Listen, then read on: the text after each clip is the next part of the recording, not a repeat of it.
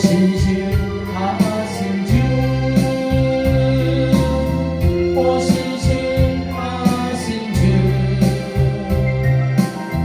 내 너를 떠나지도 않으리라 내 너를 버리지도 않으리라 약속하셨던 주님 그 약속을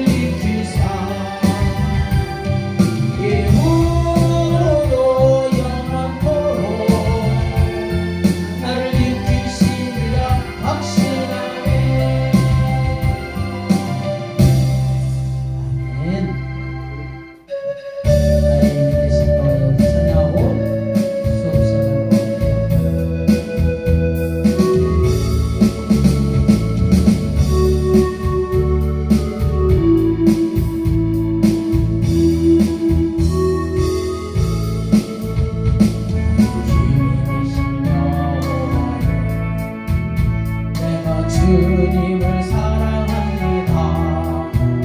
주님은 나의 반석이시며 나의 요새시다.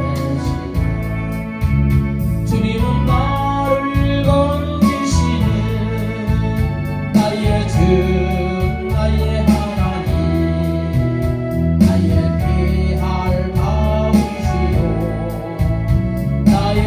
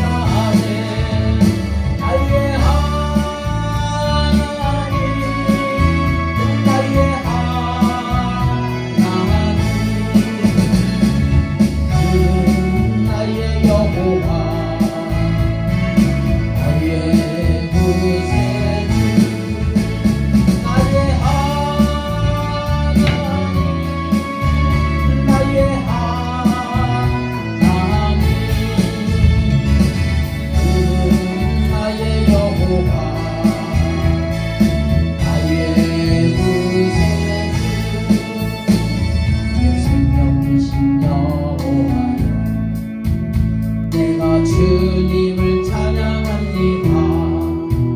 주님은 나의 사랑이시며 나의 의지이시다. 주님은 나를 건지시어 주의 길 인도하시며 나의 생의 목자 되시니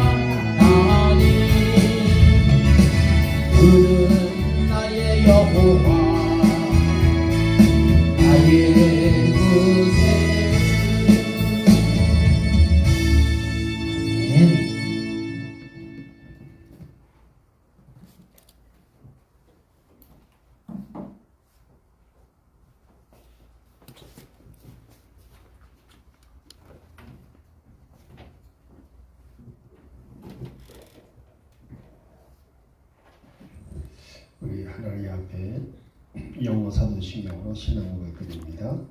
I believe in God the Father Almighty, maker of heaven and earth, and in Jesus Christ, His only Son, our Lord, who was conceived by the Holy Spirit, born of the Virgin Mary, suffered under Pontius Pilate, was crucified, dead, and buried. He descended into hell.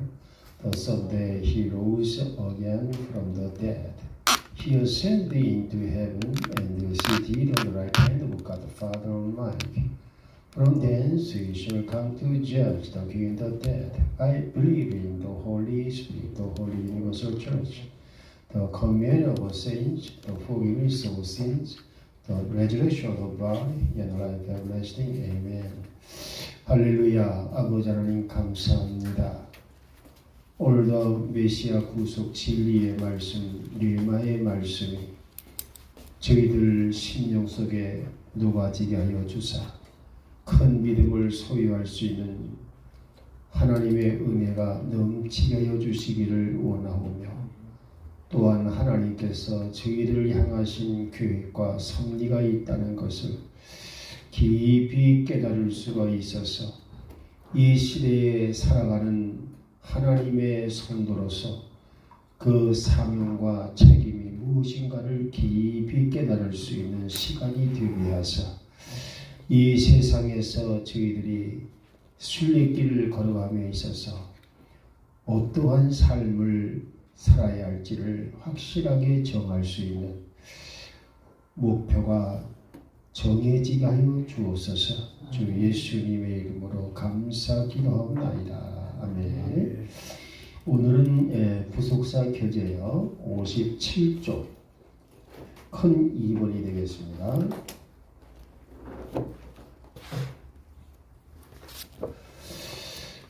블레셋 왕 아비멜렉이 두려워한 아브라함 그랬습니다. 자, 일단요 창세기 21장 우리 1절에서 8절까지 한번 같이 읽어보십시다. 여호와께서 친히 말씀하신 대로 사라를 찾아오셨고 또 주께서 친히 이르신 대로 사라에게 행하셨으므로 사라가 수태하여 하나님께서 아브라함에게 말씀하신 그 정한 때에 늙은 나이에 아브라함에게 아들을 낳으니 아브라함이 자기에게 태어난 자기 아들 곧 사라가 자기에게 낳아준 아들의 이름을 이삭이라 하고 자기 아들 이삭이 태어난 지 8해가 되매 하나님께서 명령하신 대로 그에게 할례를 행하니라. 아브라함의 아들 이삭이 그에 태어났을 때에 그는 100세되라. 사라가 이르되 하나님께서 나로 하여금 웃게 하셨으니 그러므로 듣는 자가 다 나와 함께 웃으려다 하고 또 이르되 사라가 아이들에게 젖을 주겠다고 누가 아브라함에게 말하였으리요. 내가 늙은 나이에 아브라함에게 아들을 낳았도다 하니라. 아이가 자라매 젖을 떼고 이삭이 젖을 떼면 바로 그날에 아브라함이 큰 잔치를 베풀었더라. 자, 우선 여기서 우리가 보게 되면요 이삭의 출생을 볼 수가 있는데 이삭의 출생은 하나님의 약속의 성취다. 이걸 일단 생각을 해야 되겠죠. 1절 말씀은 약속의 성취입니다. 하나님 약속의 성취.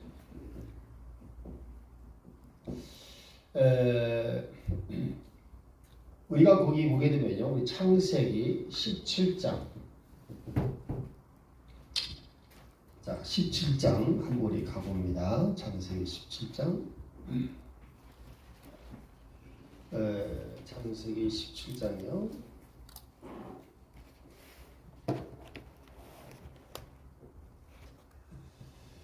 자, 우리 보겠습니다.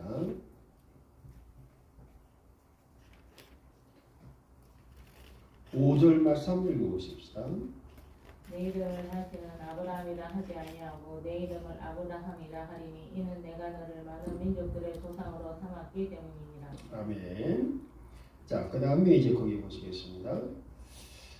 어딜 보냐면요.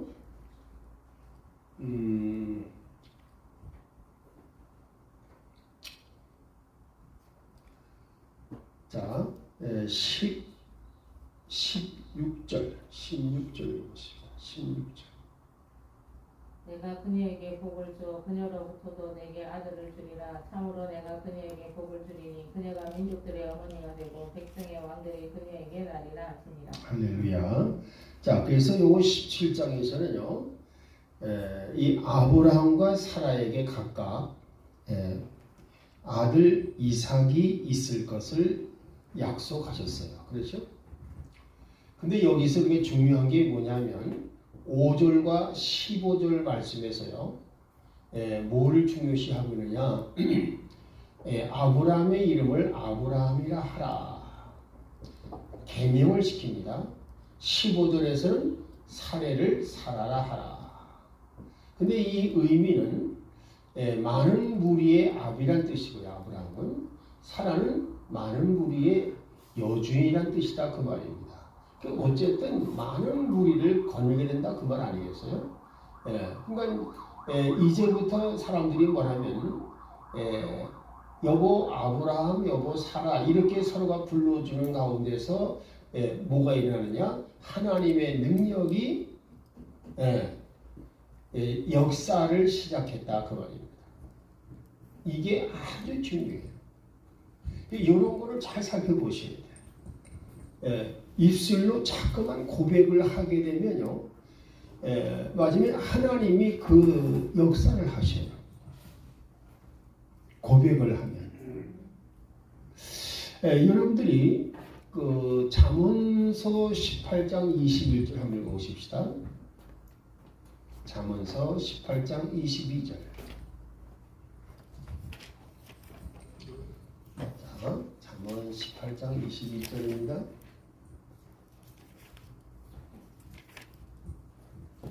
누구든지 아내를 얻는 자는 좋은 것을 얻고 주의 부인을 얻느니라. 18장 21절이 21절요? 네. 사망과 생명이 혀의 권능 안에 있나니 혀를 사랑하는 자들은 그것의 열매를 먹으리라. 할렐루야. 죽고 사는 것이 어디에 달려 있어요? 혀의 권능. 예, 혀의 권세에 달려 있다 그랬습니다. 근데 여기서 주목할 게 뭐냐면 혀에는 뭐가 있느냐? 권능이 있다는 것입니다. 그래서 거기 보게 되면 The power of the tongue이라고 되어 있어요. 그렇죠? 혀에 권능이, 혀에는 권능이 있다라고 말을 한 것입니다. 무서운 말씀이 사실 이게. 그러니까 죽고 사는 것이 어디에 달려있느냐? 말하게 달려있다 그 말이에요.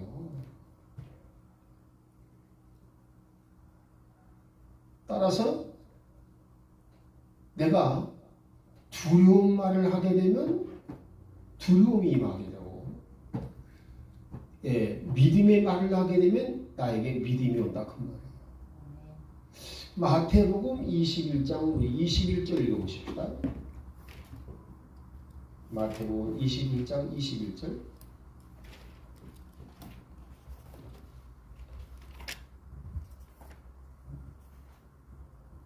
예수님께서 그들에게 응답하여 이르시되 진실로 내가 너희에게 이르노니 만일 너희가 믿음이 있고 의심하지 아니하면 무화과 나무에 일어난 이런 일을 할 뿐 아니라 이 산들을 옮겨져서 바다에 빠지라 하여도 그대로 될 것이요. 할렐루야.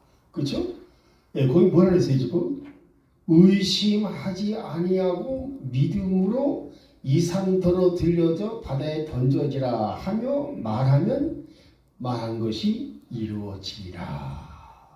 그대로 되리라. 그렇죠? 지금 거기서 뭘 말하고 있습니까? 의심하지 아니하면. 이 말을 바꿔 말하면요. 의심은 자 우리가 신앙생활을 하는데 이 의심은요. 영적인 병이에요. 그래서 영적 성장을 방해하는 것이 의심입니다. 영적 성장을 방해해요. 다시 말해서 믿음 성장을 방해한다 그 말입니다. 하나님이 죄 가운데서 가장 싫어하시는 죄가 세상을 두려워하는 죄예요. 계시록 21장 우리 8절 한번 읽어보십시다.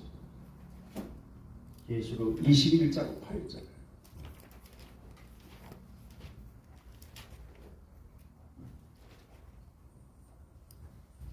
그러나 두려워하는 자들과 믿지 않는 자들과 가증한 자들과 살인자들과 음행을 일삼는 자들과 마법사들과 우상 숭배자들과 모든 거짓말쟁이들은 불과 유황으로 타는 호수에서 자기 몫을 받으리니 이것은 둘째 사망입니다. 할렐루야. 자, 여기에 놀라운 것은요, 그 많은 죄들 가운데 첫 번째 승리가 두려워하는 자라 그랬어요. 예, 그러니까 두려움이라고 하는 것은 하나님이 참 싫어하는 것이다 그 말이에요. 세상을 두려워하지 말라 그 말이죠. 여러분, 그 사도 요한이 담모섬에 왜 갇힌지 알아요? 담모섬에? 그분이 에베소에서 복음을 전하다가 붙잡혀가지고 이제 죽이려고 그 로마 당국자들이 마지막에 사도 요한을 죽이려고 했어요. 죽이려고 했을 때 아주 그냥 펄펄 끓어오르는 가마솥을 이렇게 마지막에 준비를 해가지고요. 여기다 집어넣기다 그랬습니다. 그럴 때 여러분이 이게 중요한 거예요. 사도 요한은 전혀 두려워하지 않았어요. 웬만한 것 같다고 그냥 알겠습니다. 나 이제부터 예수 안 믿겠어요. 이렇게 그저 말하고 그걸 모면하려고 하는 게 그 인간 본성이에요. 근데 뭐예요? 이 사도 요한은요, 하나님이 나와 함께 하시고 내 안에 계신 이가 세상엔 이보다 크심이라. 이런 담대함으로 선포했어요. 그러니까 이 약이 오른 이 로마 당국자들이 마지막에 그 사도 요한을 갖다가 그 끓는 기름 가마 속에다가 집어넣었어. 여러분요, 저와 여러분이 지금 우리가 물리쳐야 할 가장 큰 지금 이 내적인 적이 누구냐? 두려움과 의심이에요. 이 두려움과 의심을 없애기 위해서 여러분 아주 그냥 전적으로 노력을 하셔야 돼요.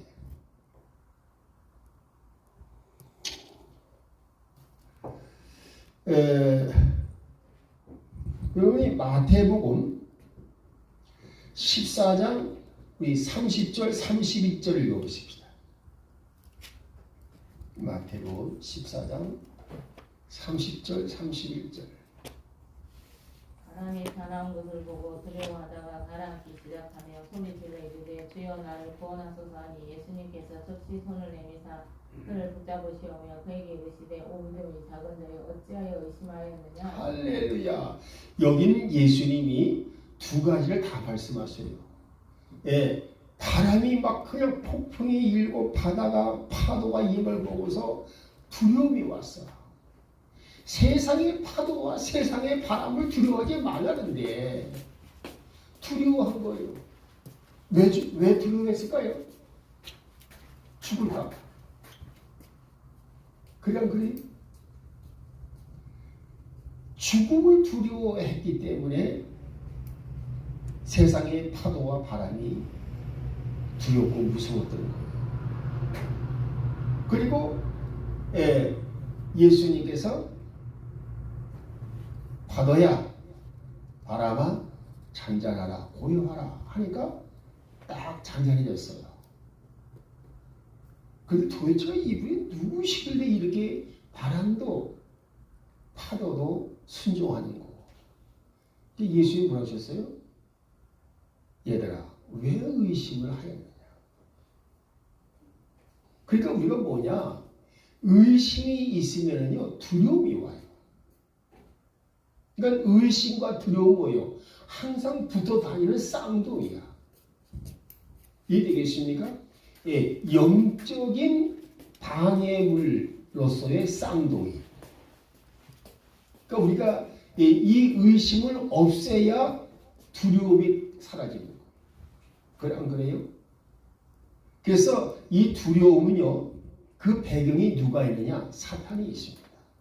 그래서 보통 우리가 이 두려움을 두려움의 영이라고 말하는 이유가 거기 있어요. 이해되겠습니까? 두려움의 영이 임하는 겁니다.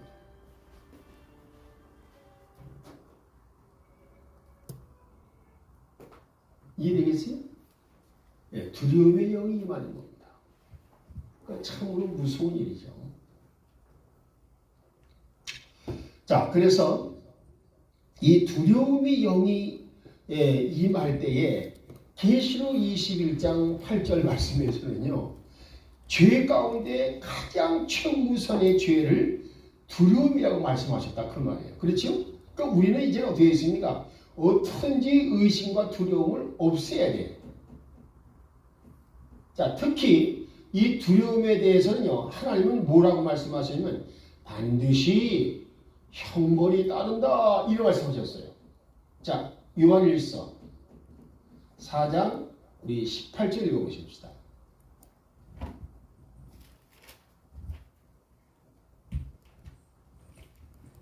요한일서 4장 18절.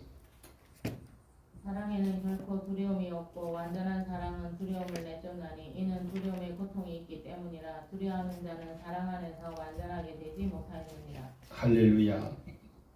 이 개정판 성경에서는 두려움에는 형벌이 따르니 그렇게 말을 했어요. 예. 그 KJV 성경은 이제 고통이 온다고 했는데 어쨌든 이 두려움은 우리에게 영적으로 큰 고통을 주고 고통이 심하게 되면은요 성장의 장애가 돼요. 이해되겠습니까?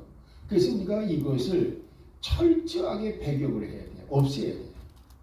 그러니까 두려움과 의심과 두려움은 절대로 우리 안에 용납해서는 안 된다. 이해되겠습니까? 자, 그러면 이 두려움과 맞으면 이 의심을 우리에게서 없애기 위해서는 어떻게 해야 되겠느냐? 어떻게 되겠습니까? 이걸 없애기 위해서 어떻게 해야 될까요?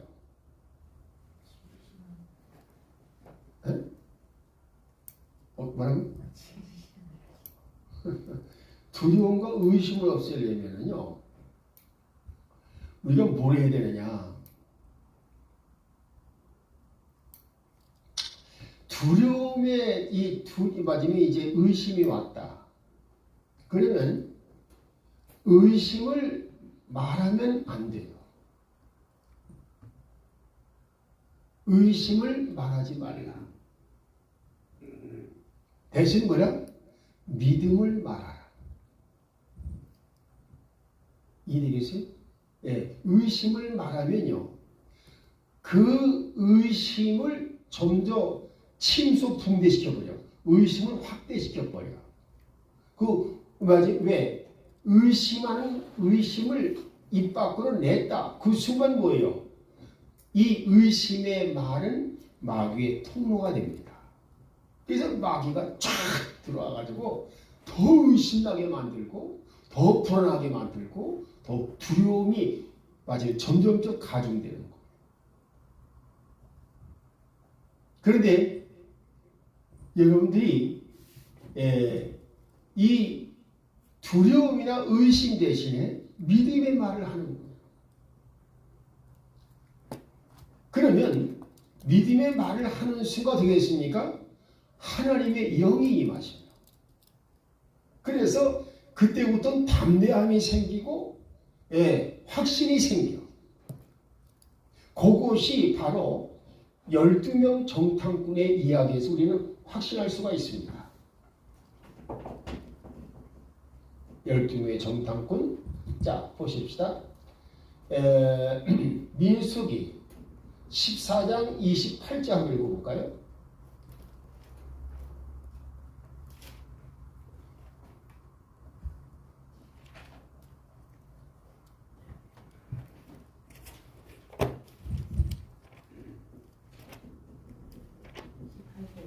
네.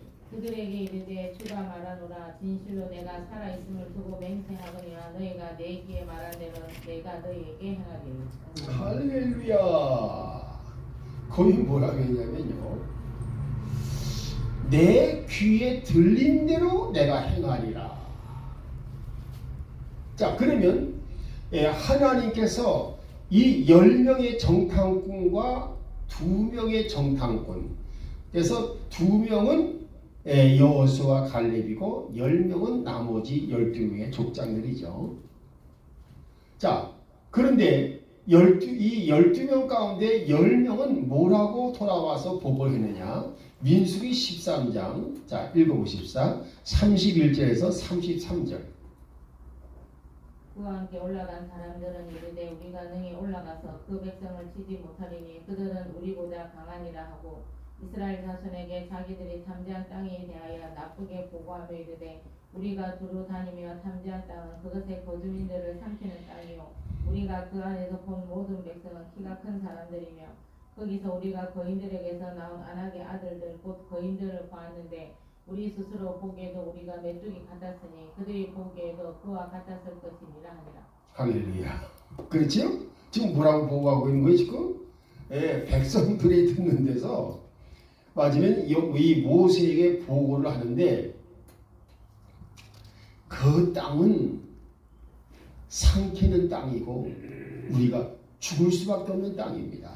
왜 그러냐면 들어가서 보니까 성곽들은 그 규모가 얼마나 큰지 또 뭐라고 그러냐면 이 거주민들은 키가 장대하고 맞으면 거인 족속이라서 그들에게는 우리 같은 것은 메뚜기에 불과합니다. 메뚜기가 어떻게 되겠어요? 밟아버리고 끝나는 거 아니에요. 아니 그러니까 사람들 앞에 메뚜기 같은 존재를 하게 되면 그 밟으면 죽는 거 아니에요. 그러니까 이 말을 듣고 거기 민수기 14장 우리 1절에서 3절 한번 읽어보십시다. 이스라엘이 가나안에 가기를 보고 이에 온 회중이 목소리를 높여 부르짖으며 백성이 그 밤에 울었더라. 이스라엘의 모든 자손이 모세 아론에게 불평하며 온 회중이 그들에게 이르되 우리가 이집트 땅에서 죽었더라면 좋았으리라. 우리가 이 광야에서 죽었더라면 좋았으리라. 어찌하여 주께서는 우리를 이 땅으로 데려와 칼에 쓰러지게 하는가?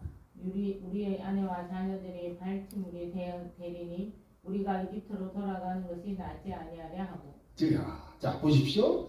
지금 10명의 정탐꾼들이 이 부정적인 보고 두려움의 보고를 하다 보니까 그 말을 들은 백성들이요 그냥 원망 불평을 하나님께 하고 모세에게 하는 거예요.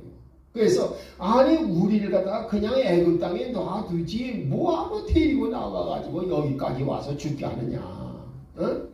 여기 먹을 게 있느냐 마실 게 있느냐 이 허벌파에서 우리 죽게 생겼다.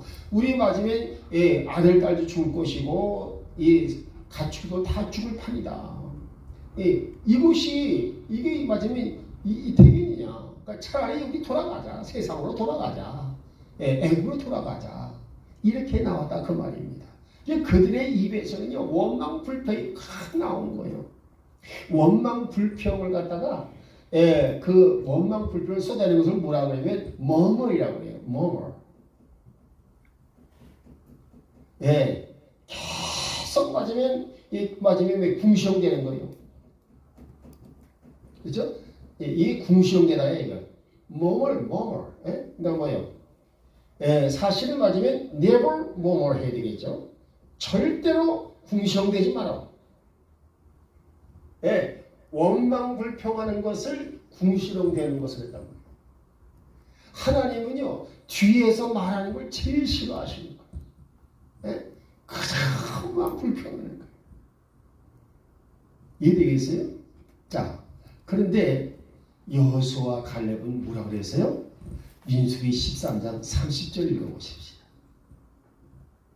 민수기 13장 30절.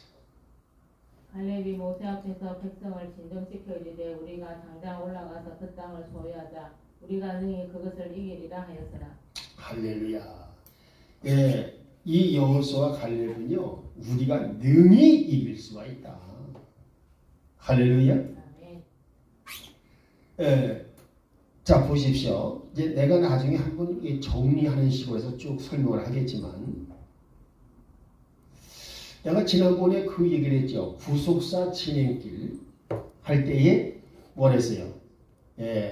자, 야훼 이레, 야훼 라파, 야훼 니시, 야훼 샬롬, 그리고 야훼 로히, 야훼 암누, 야훼 찌르케누, 야훼 쌈마.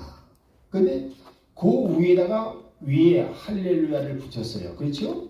그리고 맨 끝에다가 마라나타를 붙였어요. 그렇죠? 그렇게 하게 되면요, 이 메시아 구속사 진행길의 시작과 끝이 됩니다. 봐요. 예수님 어서 오세요. 이거 뭐예요 지금? 세상 종말 심판을 한다는 얘기 아닙니까? 그 세상 끝이야. 근데 마지막에 시작은 무엇이냐? 메시아 구속 언약을 주셨어요. 왜 하나님이 메시아 구속 언약을 주셨나요? 이유가 하나님은 긍휼의 하나님, 진리의 하나님이십니다. 그래서 긍휼과 진리의 하나님이시니까 그래서 뭐라 했어요? 마지막에 하나님께서 언약궤를 지으라고 명하실 때에 이 언약궤 맨 윗자리를 무슨 자리? 긍휼의 자리라고 했잖아요. 그래 안 그래요? 근데 개정판 성경은 뭐예요? 속죄서라고 그랬어 거기를. 근데 사실은 마지막에 KJV 성경 뭐라 그러냐? 그걸 다 The mercy seat, 즉 긍휼의 자리라. 긍휼의 자리는 뭘 말하는 거예요? 바로 긍휼과 진리의 하나님이 계시는 자리. 긍휼과 진리의 하나님이 누굽니까? 예수 그리스도입니다. 그럼 거기 예수 그리스도가 계시는 자리라 그 말이에요. 그러니까 예수 그리스도가 계시는 자리. 근데 마지막에 피 흘려서 죽었다는 걸 강조하기 위해서 속죄서라고 했는데 알겠습니까? KJV 원영어 성경은 뭐라고 그러냐? 거길 긍휼을 찬양했다 그 말입니다. 왜 예수님이 십자가에서 피 흘려 죽으시면서 메시아 구속 언약을 완성했는가? 뭐요? 타락한 인류, 죄와 저주와 사망 속에서 고통당하는 인류를 불쌍히 여기셨다 그 말입니다. 그래 안 그래요? 그래서 하나님은 긍휼의 하나님이시고, 그리고 그 긍휼의 문제를 해결하기 위해서 뭘 주셨다? 메시아 구속 언약. 이 메시아 구속 언약을 우리는 진리라고 한다 그 말입니다. 이해되겠습니까? 진리를 주셨다 그 말이에요. 그래서 여러분이 할렐루야라고 마저 인사를 할 때는요, 꼭 기억을 하셔야 돼요. 긍휼과 진리의 하나님을 찬양하라는 의미가 있다 그 말입니다. 이해되겠습니까? 자, 여러분 할렐루야, 할렐루야 할 때에 왜 할렐루야라고 찬양을 해야 된다고 했어요? 그분은 메시아 구속 언약을 주신 긍휼과 진리의 하나님이시기 때문에. 이해되겠습니까? 긍휼과 진리의 하나님. 긍휼은 뭘 의미한다? 메시아 뭐예요? 맞으면 이 아담과 하와가 선악과를 따먹고 타락해서 죄와 저주와 사망 속에 빠지게 된 인간들을 불쌍히 여기시는 마음. 그렇죠? 이해되겠습니까? 그게 긍휼의 마음이야. 그러니까 여러분 예수님의 마음은 무슨 마음인지 알아요? 한마디로 긍휼의 마음이야. 인생을 불쌍히 여기는 거야. 자, 여러분 보십시다. 오늘 최근모 집사님 안 왔네. 전 인생들이 왜 이렇게 불쌍한지. 그래 안 그래요? 어떤 사람은 돈 때문에 시달려서 아주 맞으면 맨날 근심 걱정을 해서 헤어나지를 못해. 그거 얼마나 불쌍합니까? 어떤 사람은 질병의 고통에서 맞으면 맨날 아프다고 쩔쩔매면서 또 맞으면 고통스러워하는 모습을 보니까 너무 불쌍해. 또 지나가는 사람은 뭐 했습니까? 맞으면 그 소아마비, 어릴 때 소아마비에 걸려가지고요. 나는 우리 그 아파트에 보게 되면 1층에 사시는 분이 계시는데, 이분이 맞으면 여자분인데 나이가 한 60대 보여요. 그런데 쫄룩쫄룩하면서 이 한쪽 다리가 맞으면 짧아지고 이렇게 틀어진 거예요. 그러니까 맞으면 걸을 때마다 이렇게 쫄룩쫄룩 걸어야 되니까 그 한 걸음 한 걸음 걸 때마다 얼마나 얼마나 힘들겠습니까? 주여, 내 눈에는 전부 인생들이 불쌍하게 보입니다. 이해되겠어요? 예. 그러니까 맞으면 더더욱 내가 무슨 생각이 드느냐? 하나님, 엘리야에게서 엘리사가 네가 도대체가 구하는 게 뭐냐? 뭘 구해? 그러니까 선생님의 기름 부음을 갑절을 원합니다. 그렇죠? 예, 성령이 하시는 역사에 그 성령이 하시는 기름 부음이잖아요. 예, 기름 부음의 갑절을 원합니다. 그럼 그래요? 자, 우리 열왕기하 2장 9절 한번 읽어보십시다. 열왕기하 2장 9절입니다.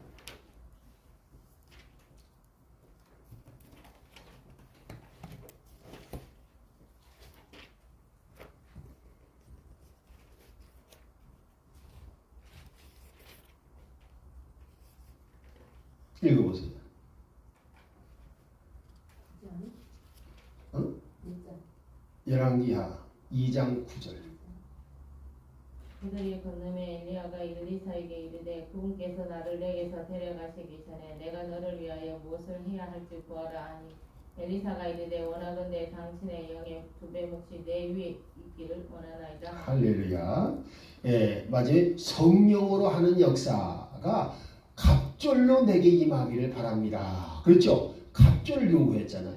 그런데 여기에서의 갑절이 엘리야의 갑절이 아닌 엘리야의 갑절이죠. 엘리야의 그 엘리야가 가지고 있는 기름 부음에 갑절을 원하는 거예요.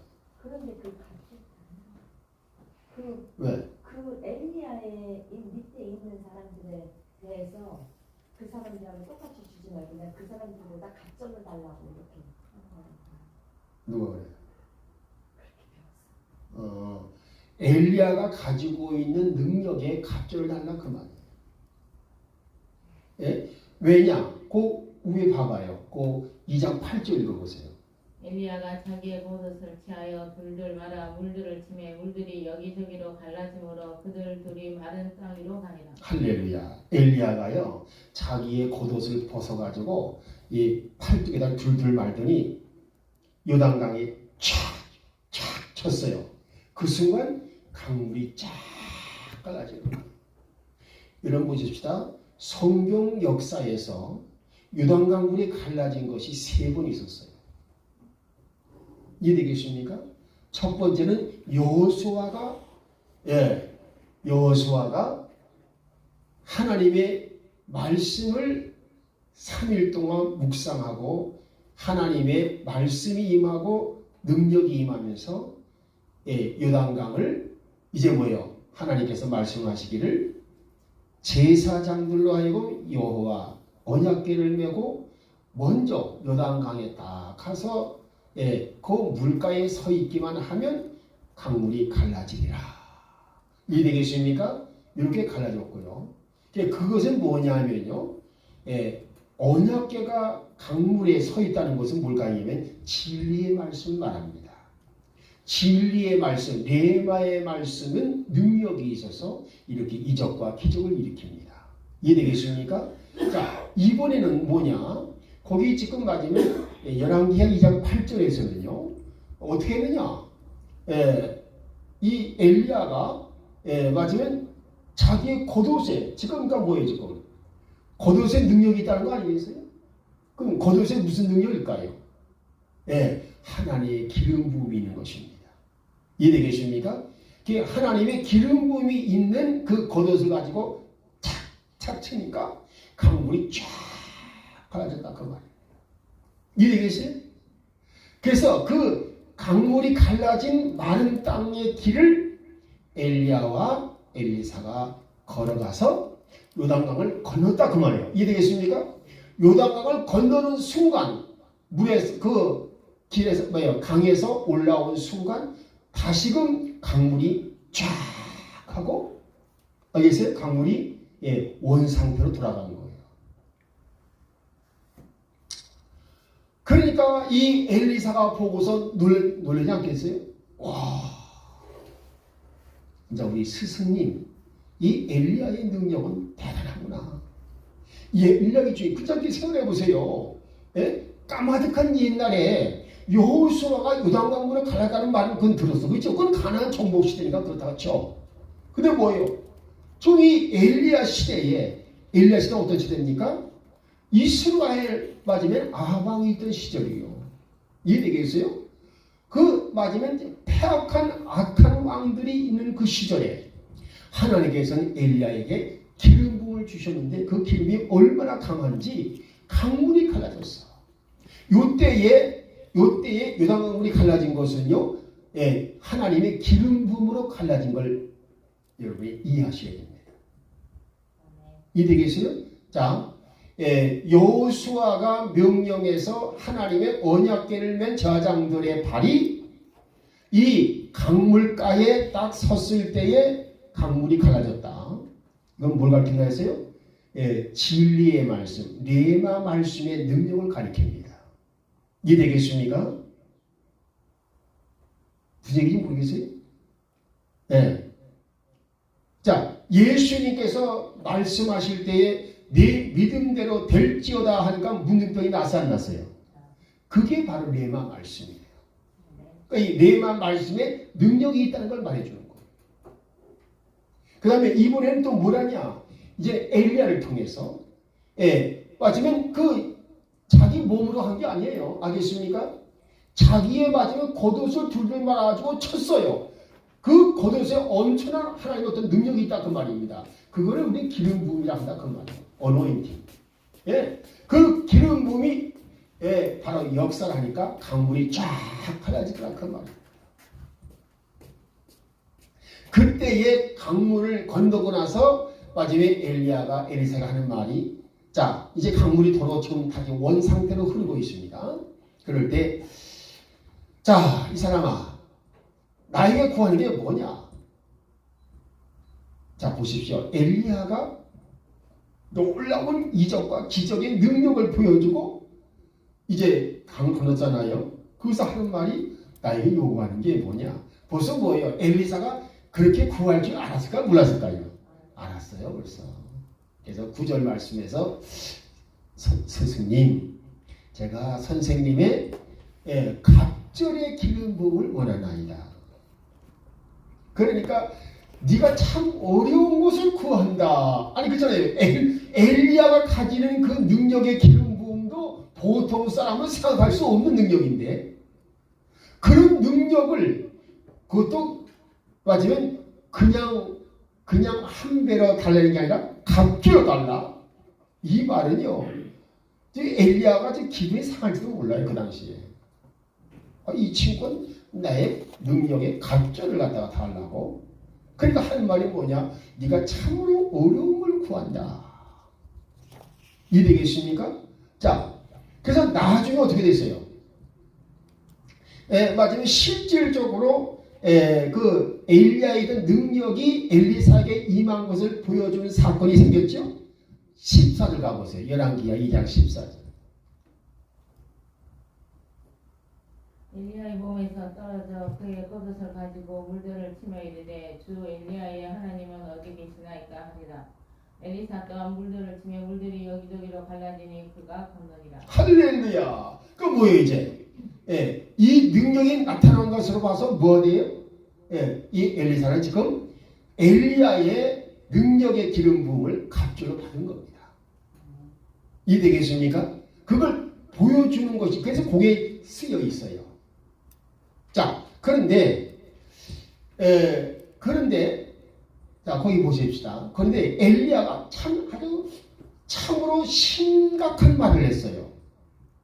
네가 어려운 것을 구한다 이렇게 말해놓고 자 2장 10절 뭐라 했습니까?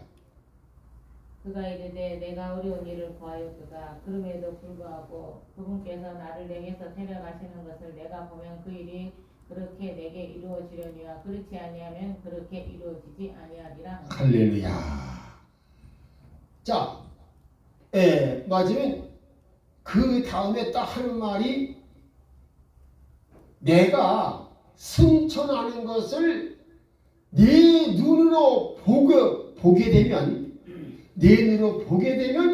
그 능력이 임할 것이나 내 눈으로 보지 못하면 그 능력은 너와는 상관이 없다. 그렇죠? 이 말씀하셨어요.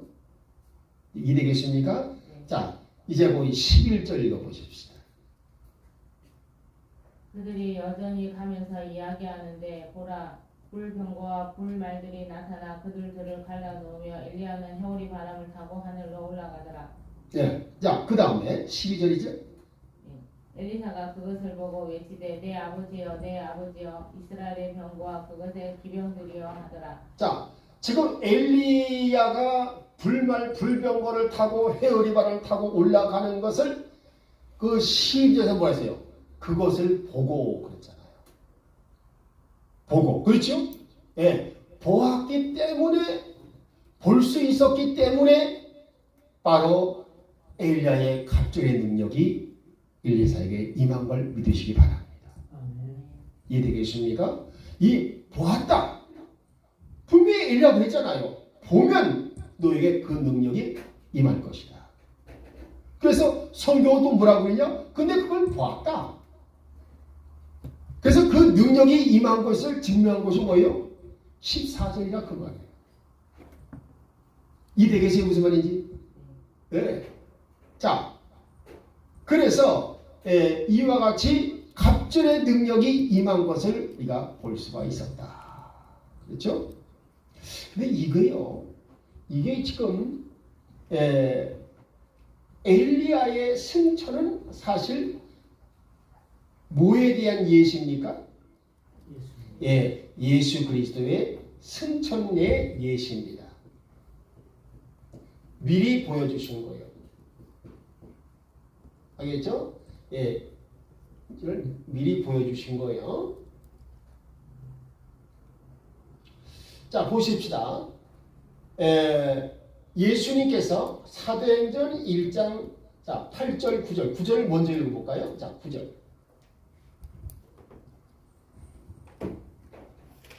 사도행전 1장 8절 9절입니다.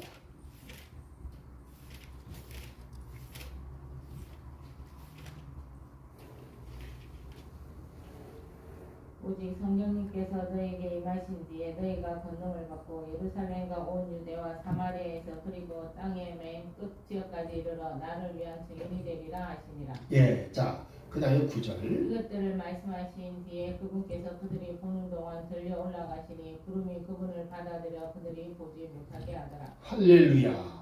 예수님이 올라가시는 것을 제자들이 봤다 그랬어요? 못 봤다 그랬어요? 봤다 그랬잖아요. 엘리야의 승천을 엘리사가 본 것처럼 이 예수님의 승천을 제자들이 봤다 그 말입니다. 그 당시 그 제자들이 거기 모여있던 사람들이 몇 명이라고 되어 있나요? 500. 예, 500여 명이라고 마지막에 고린도전서 15장에는 그 말씀을 해주고 있죠. 자, 그럼 보십시다.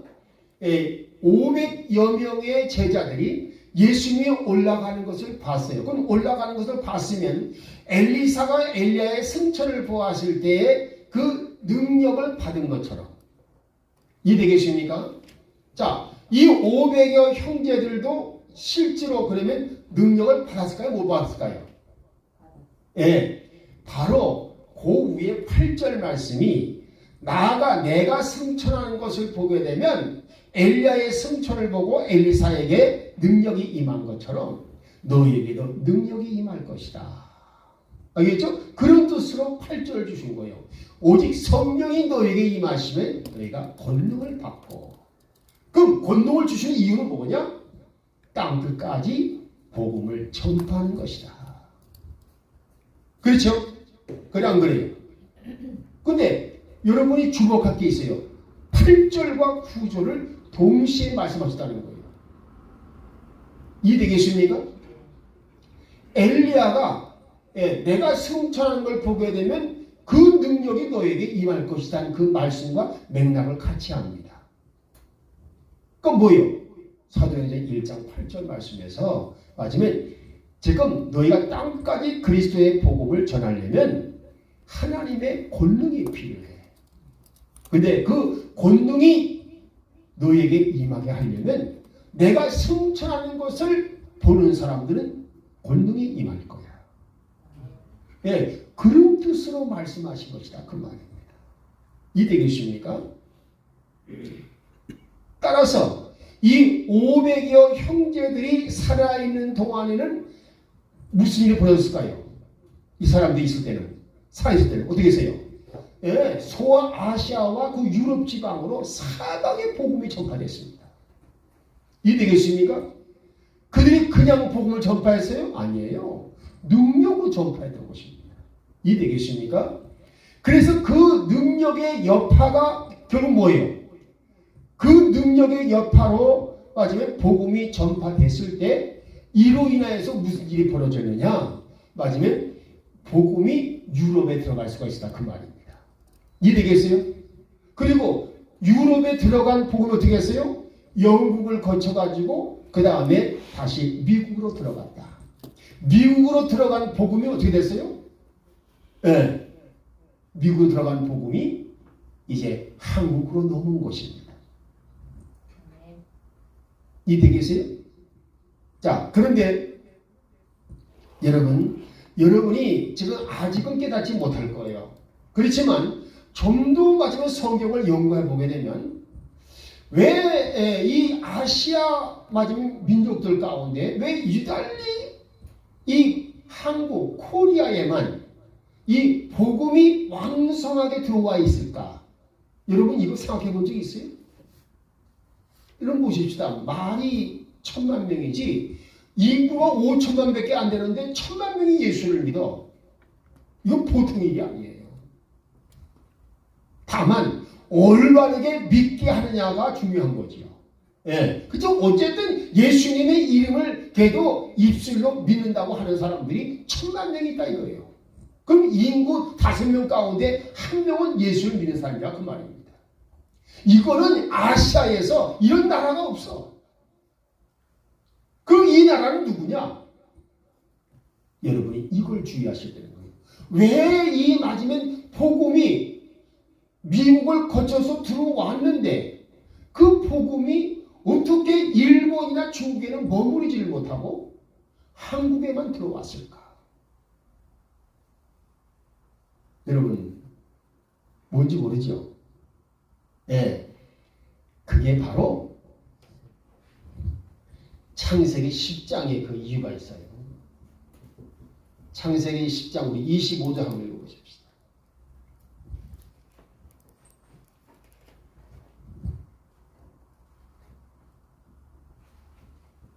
에벨에게 두 아들이 태어나는데 하나 이름은 벨렉이었으니 이는 그의 날들의 땅이 아니었기 때문이더라. 그의 형제 이름은 욕단이었는데. 예, 할렐루야. 자, 그런데 벨렉의 자식은요, 그 다음에 맞으면 이렇게 하나 이렇게 나눈 거 했지만 이 욕단에게는 자식이 몇 명이나 되어 있느냐? 거기 26절 읽어봐요.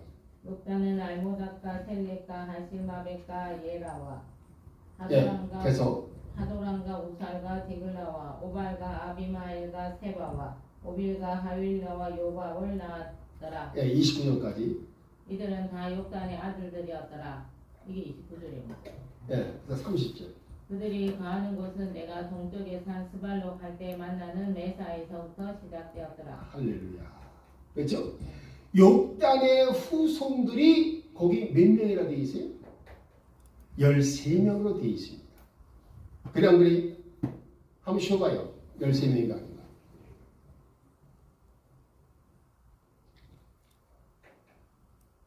자, 맞아요? 틀려요? 예, 근데 야곱의 후손, 야곱의 자손은 몇 명? 12명이잖아요.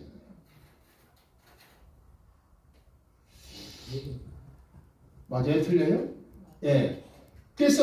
그래서 맞으면 자, 잘 드세요. 그런데 하나님은 어떻게 했습니까?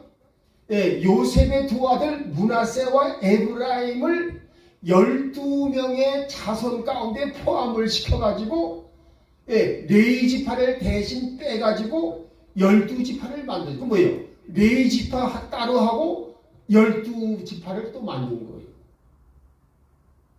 이해되겠어요? 그럼 몇이 되어버렸어요? 사실은 13지파가 되어버린 거예요. 맞아요? 틀려요? 왜 13시냐? 여러분 이게 중요한 거예요. 왜 13시냐? 하나는 제사장 지파이기 때문에. 이해되겠습니까? 나머지 12는 뭐예요? 예, 그냥 평범한 백성 지파들이다 그 말입니다.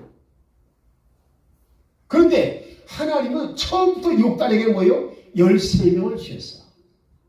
그러면 한 명은 뭘 말할까요? 한 명은 제사장 겸 치리자로 하나님께서 세우시고 나머지 12는 평범한 맞은 지파 백성으로 세우셨다.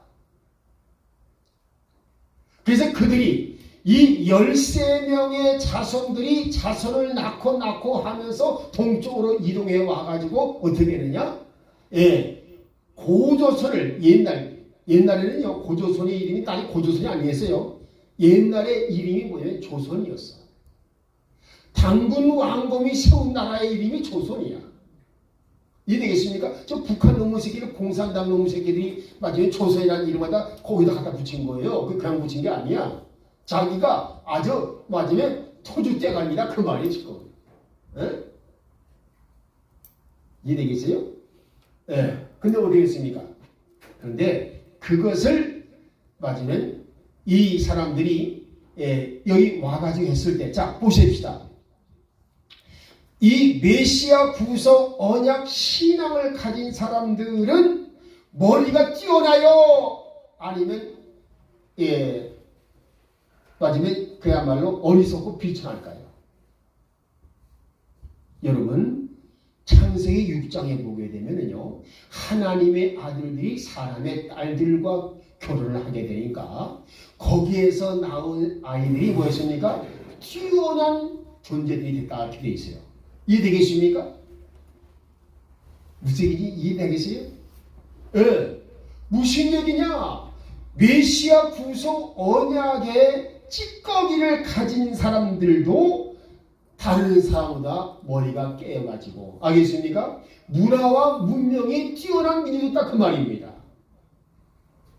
그래서 동방으로 온 욕단의 자손들 13명의 그 후손들은요 바로 메시아 구속 언약 신앙을 가지고 있었기 때문에 이해되겠습니까? 그 사람들은 뭐예요?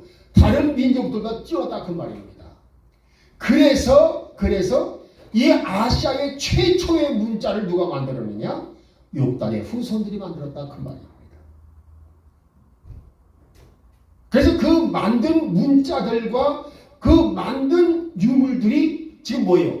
옛날 고조선부터 이해되겠습니까? 바이칼 호수를 비롯한 저 북극권 시베리아에서부터 맞으면 이 한반도 그리고 맞으면 이 중국의 일부까지 알겠습니까? 황하 맞으면 이 강까지 이게 전부 지금 맞으면 이 욕단 후손들의 총동의 유물들이 다 발견된다 그 말입니다. 그건 무슨 얘기냐? 욕단의 후손들이 뛰어난 문명과 문화 능력을 가지고 있었음을 보여주고 있는 것입니다. 이해되겠어요? 여러분이 지금 내가 이 말하는 것을 믿든지 말든지 그건 자유예요. 알겠습니까? 그러나 마지막에 그 당시에 이 지금 하나님의 자녀들이 하나님의 그 아들들이 이 가인의 딸들과 결혼했을 때 뛰어난 존재들이 나왔다는 것처럼 그렇죠? 메시아 구속 언약 신앙을 가진 사람은 뛰어난 존재가 된다 그 말입니다. 그러니까 이 문명과 문화에서 뛰어난 존재가 될 수 있었던 건 그 욕단의 후손들이 그렇다 그 말이에요. 가지고 욕단의 후손들은 뭐였습니까? 그 마지막에 제사장 겸 치리한 그 지파가 누구냐? 당군 왕검이 아니었겠나. 그리고 나머지 12지파는 각각 각 지방에서 이제 맞으면 거점을 잡아가지고 거기 후손이 퍼뜨렸는데 이해되겠습니까? 그들이 바로 맞으면 이 조선의 연방국가 자치 연방국가처럼 같은 종족이니까 같은 녹단의 후손들이니까 그들이 이 아시아 전역에 퍼져 살았기 때문에 그래서 청동기 유물이 이렇게 발견되는 것이 아닌가. 이해되겠습니까? 그리고 그 일대에 보시죠. 고인들 있잖아요. 고인들. 고인들이 다 발견되는 거예요. 전 지역에 지금 옛날 욕단의 후손들이 살았던 지역에 천국이 발견되는 거예요. 그러면 이게 우연이겠어요? 나는 그렇게 안 봅니다. 그래서 욕단의 후손의 직계 자손이 누구냐? 바로 우리 한국민족이다. 그래서 마지막에 이스라엘을 항상 이스라엘 무슨 어려움이 겪었다게 되면 뭐가 있어요? 마치 조상 쪽부터의 DNA가 있어가지고서 이스라엘 저렇게 어려움 당하면 안 되는데, 그렇죠? 그런 생각이 든다 그 말이에요. 이게 나만 그런 게 아니에요. 보니까 예수 믿는 사람들 그 다 그게 있더라고. 보니까 김장희 선 어때요?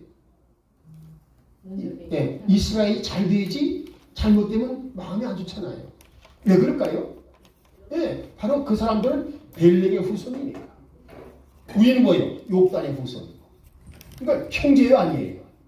형제잖아. 그래서 이스라엘이 마지막 어렵고 불행한 일이 하게 되면 왠지 가슴이 아파. 왜 그럴까요? 형제이기 때문에. 할렐루야.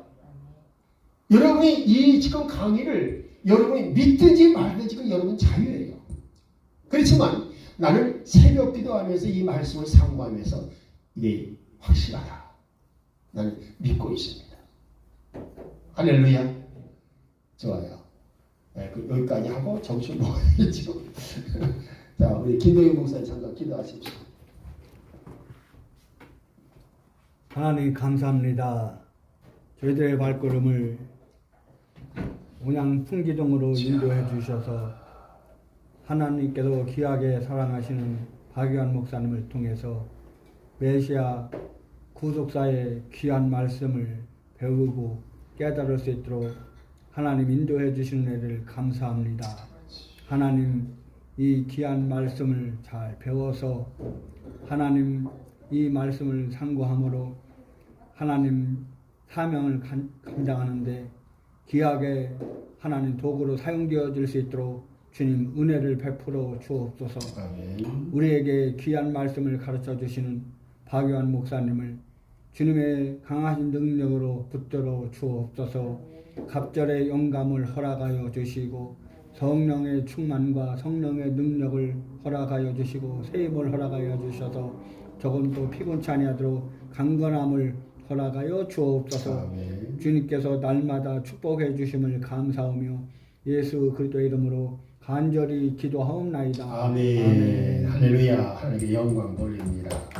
점심 식사